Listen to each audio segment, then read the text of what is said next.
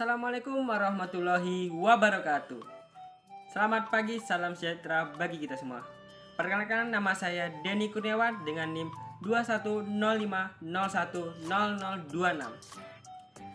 dari jurusan Ilmu Pemerintahan kelas IPB. Baiklah, di sini saya akan menjelaskan mengenai bentuk negara dan pemerintahan. Nah, sebenarnya apa itu sih yang dimaksud dengan negara? Negara merupakan institusi yang dibentuk oleh kumpulan orang-orang yang hidup di dalam suatu wilayah tertentu dengan tujuan yang sama, terikat dan taat terhadap perundang-undangan serta memiliki pemerintahan sendiri. Kata negara mempunyai dua arti. Yang pertama, negara adalah masyarakat atau wilayah yang merupakan satu kesatuan politis. Dalam arti ini, India, Korea Selatan atau Brazil merupakan negara.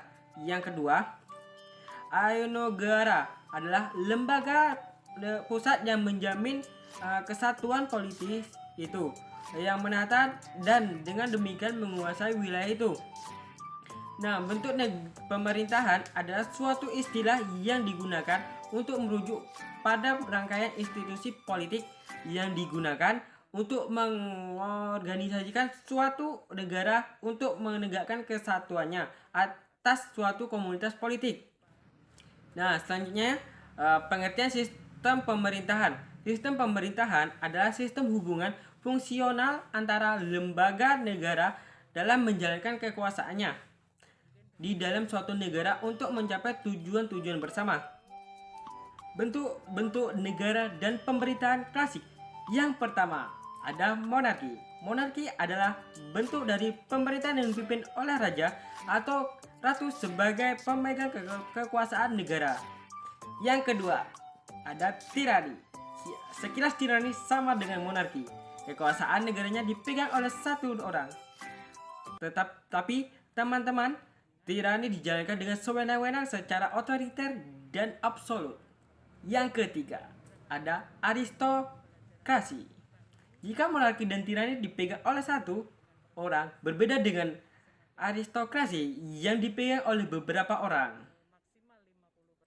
Orang-orang tersebut memiliki peranan penting, seperti halnya kaum cendekiawan. Yang selanjutnya, yang keempat, ada oligarki. Seperti aristokrasi, kekuasaan dalam oligarki juga dipegang oleh beberapa orang, teman-teman.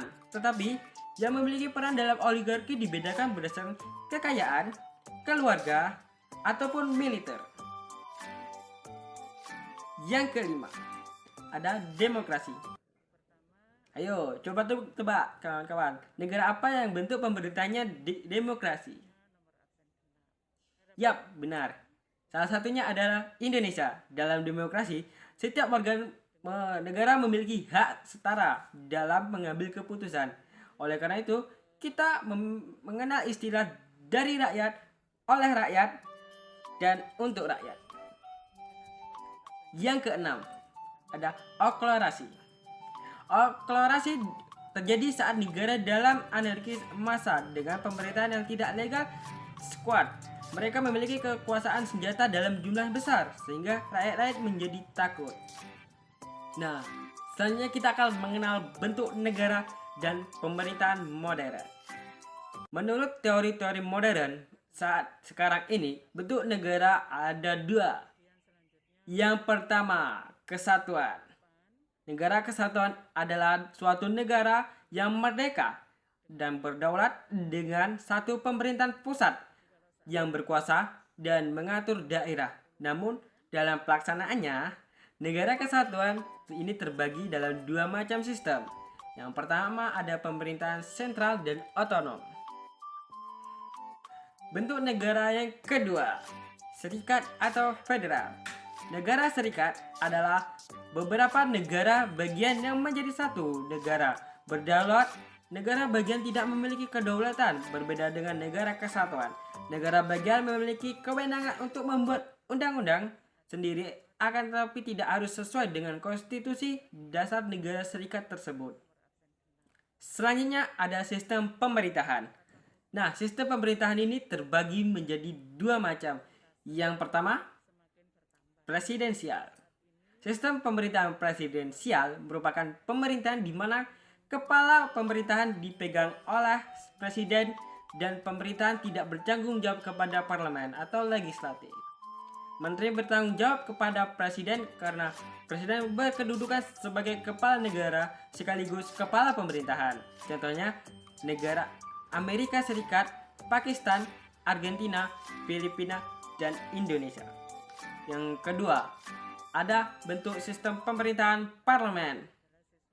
Nah, sistem pemerintahan parlemen merupakan suatu sistem pemerintahan di mana pemerintahan eksekutif bertanggung jawab kepada parlemen.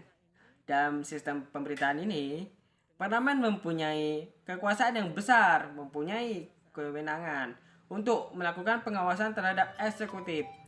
Menteri dan Perdana Menteri bertanggung jawab kepada parlemen. Contoh negaranya ada Kerajaan Inggris, Belanda, India, Australia, dan Malaysia.